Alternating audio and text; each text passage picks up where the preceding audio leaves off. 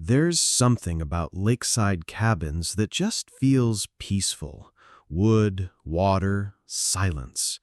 That's what we expected when my two best friends and I took a weekend trip to my cousin's fishing cabin in Muskoka. Instead, we found something that was waiting to be let in. My cousin Dave owns this old but beautiful cabin about 3 hours north of the city. It's meant for fishing trips, but he lets friends use it off-season when the lake is frozen over. Dave offered it to me for a long weekend, and I brought my two closest friends, Leo and Eric. None of us fish, but we liked the idea of unplugging. No cell service, no traffic, just trees and firewood. We arrived late Friday afternoon. The lake was still. No wind, a postcard scene. The cabin sat in a clearing surrounded by red pines, with a wide porch and a panoramic window that faced the woods. Inside, it smelled like cedar and dust. The fireplace still had ashes from the last trip. We unpacked, cracked open some drinks, and got the fire going. It wasn't until after dinner that things began to feel off. We were sitting by the fireplace, half distracted, half tired. Eric went quiet. I noticed him staring across the room, at the window. "There's a little girl watching us," he said. Leo and I turned. Nothing there. We laughed, said he'd had too many beers. But Eric insisted. He swore he saw a small face, just standing there, watching us. I shook it off, probably just shadows playing tricks. Later, when I went outside to grab firewood, I noticed something strange. Bare footprints, small ones, damp, right across the porch. Too small to be an adult's, but none of us had been barefoot. That night, I woke up suddenly. It was 3:03 a.m. No reason, just a jolt awake. I went to get a glass of water. As I passed the big panoramic window, I saw her. A girl, maybe 7 or 8 years old, pale skin, barefoot, hair stuck to her cheeks like she'd been standing in the snow too long. She was outside the window, staring in. She didn't move, didn't blink, just slowly raised her hand and waved. I yelled for Eric and Leo. By the time they came, she was gone, vanished. No footprints this time, just frost on the glass. The next morning, Leo noticed something scratched into the truck windshield. 3 letters, carved by a thin, sharp edge. W. H. Y. Why? We decided to take a walk through the woods behind the cabin. Fresh snow, silence, nothing but trees and the occasional crow.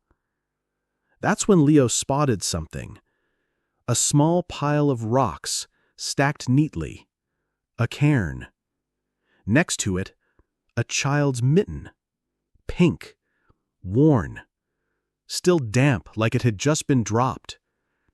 There were no houses nearby, no families, and the cabin was surrounded for miles by forest. That evening, a storm rolled in. Thick snow, high winds, the kind that makes the world feel muffled. We stayed inside, lights dimmed, 1 candle on the table. Just past 3 a.m., the power went out. The only sound was the wind, and then a soft tapping on the glass. We turned our flashlights toward the window. She was there again, closer this time, face pressed against the glass, breathing slowly, fogging a circle in the center. Then we saw what she was doing. With her finger, she slowly scratched into the frost. "Let me in." We bolted for the door. Leo fumbled the keys. The wind slammed the screen door open. Eric slipped on the porch. I helped him up. We jumped into the truck, but it wouldn't start.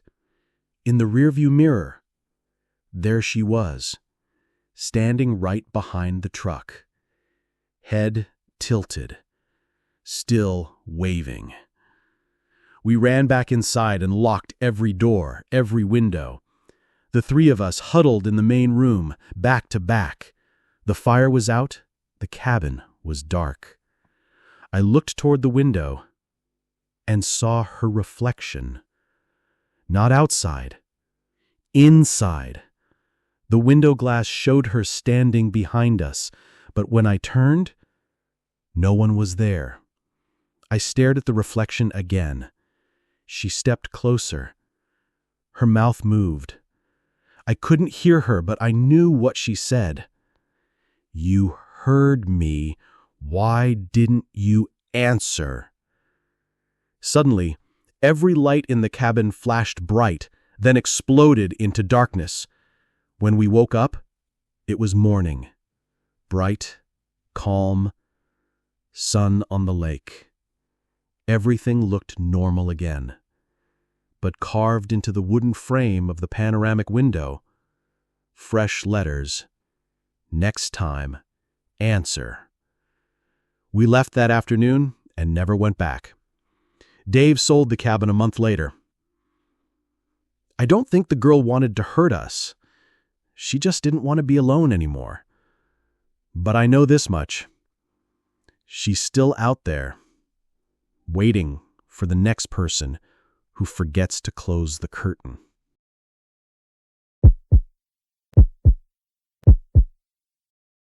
Hospitals are supposed to be places of order and science. Bright lights, predictable routines, everything documented. But when the corridors empty out in the small hours, the building becomes something else. A labyrinth ruled by whatever the day shift chooses to ignore. This is what happened to me during a midnight rotation in a teaching hospital downtown. A single text message led me into a part of the building that, officially, doesn't exist. I was a third-year med student, pulling a double. The break room was freezing. Fluorescent lights buzzed overhead. A half-eaten vending machine sandwich sat on my lap, and I was scrolling through case notes, trying to stay awake. My phone vibrated once and slid across the table. Unknown number. Room 613 is cold. I frowned. The hospital's rooms max out at 560, no 600s. I should have ignored it, chalk it up to a wrong number, but curiosity keeps us alive during night shifts, or that's what I told myself. I left the break room and crossed the darkened surgical ward. Only emergency lights were on, long shadows everywhere. The elevator bank looked dead, yet one car waited with doors open, as if summoned. Inside, the button panel stopped at 5. I pressed 5. The doors slid shut. Then the floor display glitched. 2, 3, 4, 5, and stuttered into a 6th digit. 6, even though no button said 6. The elevator hummed upward anyway. The doors opened onto darkness. Sensor lights flickered to life, revealing plastic sheets taped across the hallways. Dust hung in the air like fog. Old psych ward signage poked through the tarps. Halfway down, a tarnished brass plaque caught my flashlight beam. 613. Isolation.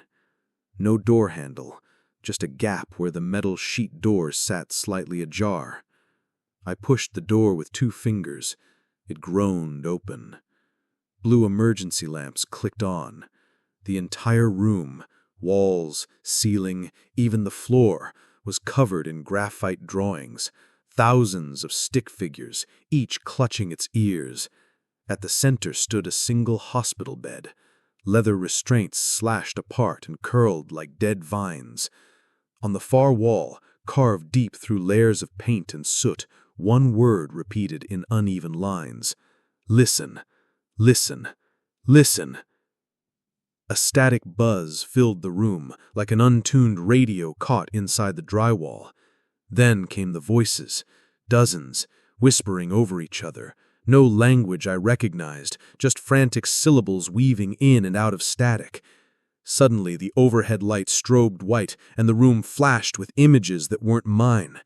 charred door splintering under a fireman's axe, sprinkler water hissing onto burning restraints, a patient chart label, Dalton, Reese, acute paranoia, isolation. Flames rushing across the ceiling like a living thing. I staggered back. The whispers now screamed a single chorus. Listen! I bolted into the hallway. The plastic tarp snapped in the draft as I ran. At the elevator bank, every call button glowed red, yet no doors opened. I tried the stairwell, deadbolted. Pager on my belt shrieked, "Code blue, room 613. Behind me, the corridor stretched, lengthening like melted taffy. Doorways duplicated, the ceiling sagged, and the same blue light bled from every crack. I sprinted toward the nurse's station, except it wasn't there. Instead, a fresh drywall slab, smooth, painted institutional white. No seams, no hinges, as if 613 and everything behind me had never existed. My phone buzzed again. Same unknown number. Listen. I pressed the device to my ear. Silence, then a faint voice, a child sing-song humming a lullaby, broken by gasps of static. The humming grew louder, warping into a scream that filled the corridor without echo. Lights burst overhead. Acoustic ceiling tiles rained down. Then, absolute silence. I could still see my lips move as I gasped, but no sound came out. The hospital had muted itself. My pager vibrated one last time with a final message. Cold. Come back. The drywall ahead rippled like water. A blackened handprint pushed through from the other side, fingers long, skin scorched, nails scraping. It patted the wall, then slid back into nothing. Sound rushed back all at once. Alarms, machines, distant voices, knocking me to my knees. A voice cut through. "Hey, you okay?" Bright fluorescent lights. Daytime bustle. 2 security guards hauled me up. I told them about the 6th floor. They exchanged looks. "There's no 6th floor," one said. Security footage showed me pacing alone on 5, talking to walls. No 6th wing, no room 613. I transferred hospitals the next month, but sometimes, around 2:18 a.m., my phone still lights up with a text from unknown. Room 613 is cold. I keep it on silent now, not because I'm ignoring the message, but because, in the dead hush of a hospital night, listening is exactly what it wants. And after that wing, I know better than to obey.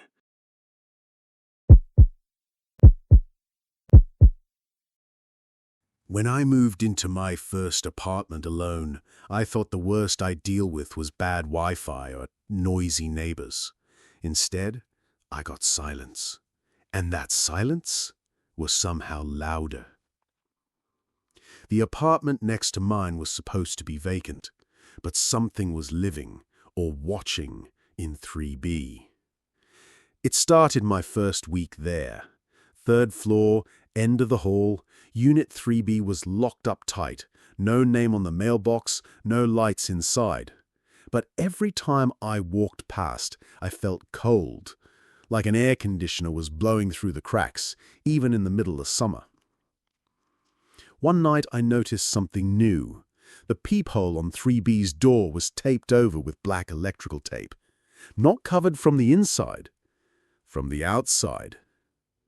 The first real incident happened around 1:30 a.m. I was in my living room, winding down with TV.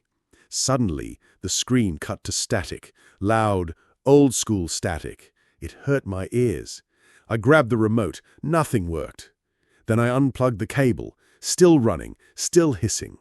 And under that sound, I swear I heard voices, low, distant, like people arguing from inside a tunnel. The moment I stood up, the screen went black again. A few nights later, I heard voices again. Not from the TV this time, from the wall. My bedroom shares a wall with 3B, and just as I was about to fall asleep, I heard whispering right next to my head. One voice, older, raspier. "Don't break it again." Then a high-pitched voice, like a child. "He's listening." Then both voices hushed, and I heard one more whisper right up against the drywall.